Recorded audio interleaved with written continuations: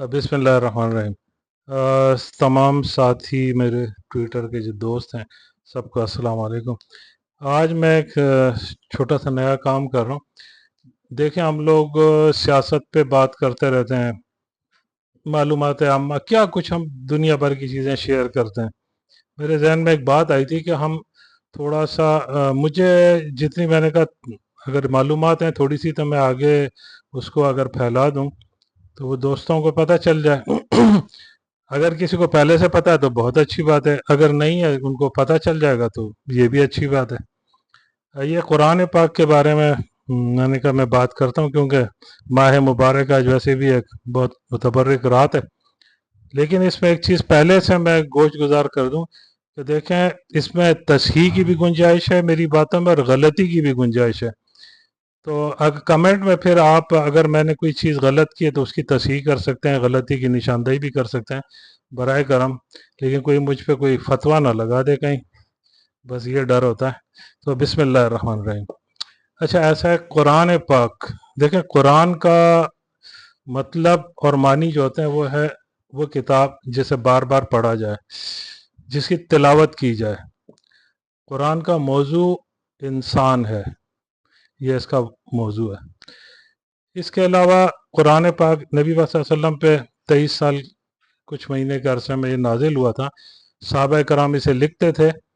जो सहाबा कराम लिखते थे वो कातिबीन वही कहलाते हैं, और ज़ाहिर है सारे पढ़े लिखे थे। हज़रत उस्मान गनी रज़ियल्लाहु ताला अन्हु ने, ये उनका कारनामा है कि तमाम उम्मत को एक क़िरत और एक तलफ़ुज़ उन पे उम्मत को इकट्ठा किया, जमा किया।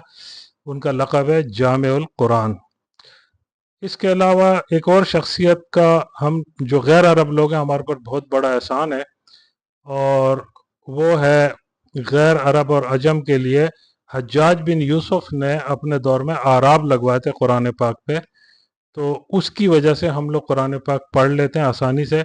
अगर आराब ना होते तो हमारे लिए बहुत मुश्किल था। ये उसके बड़े कारनामों में से एक कारनामा है।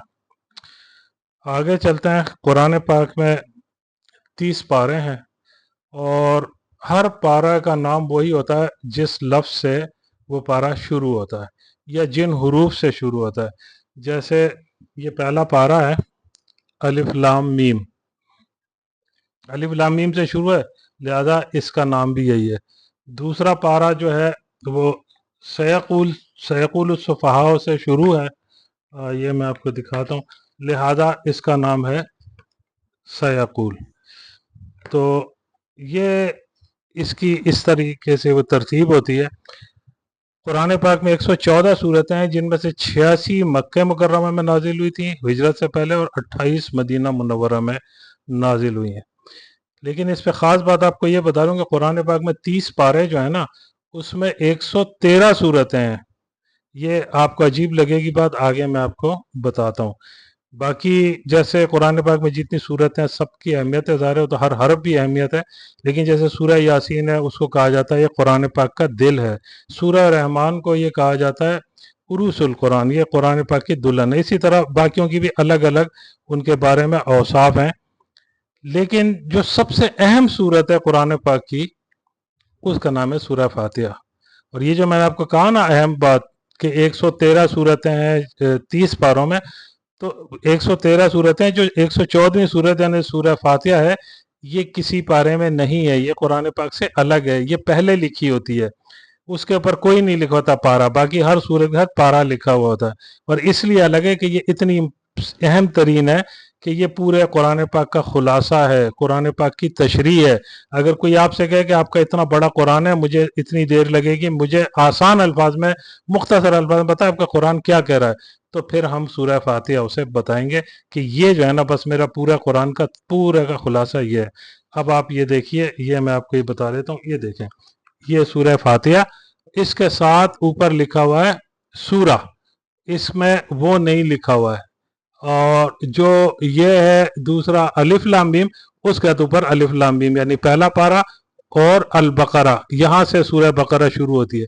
लेकिन ये जो है सूरह फातिहा, इसके साथ ये लिखा होता है सूरा, इसमें पारा नहीं होता।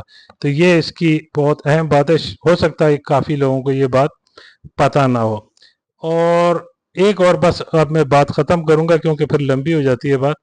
اگر ہم آیتوں کے حساب سے بات کیے کہ ایک اہم ترین آیت تو اسے کہتے ہیں آیت الکرسی، جو تیسرے پارے میں شروع میں یہ سورہ بقرہ کی ہے، اور آیت الکرسی اہم ترین آیت کہلاتی ہے.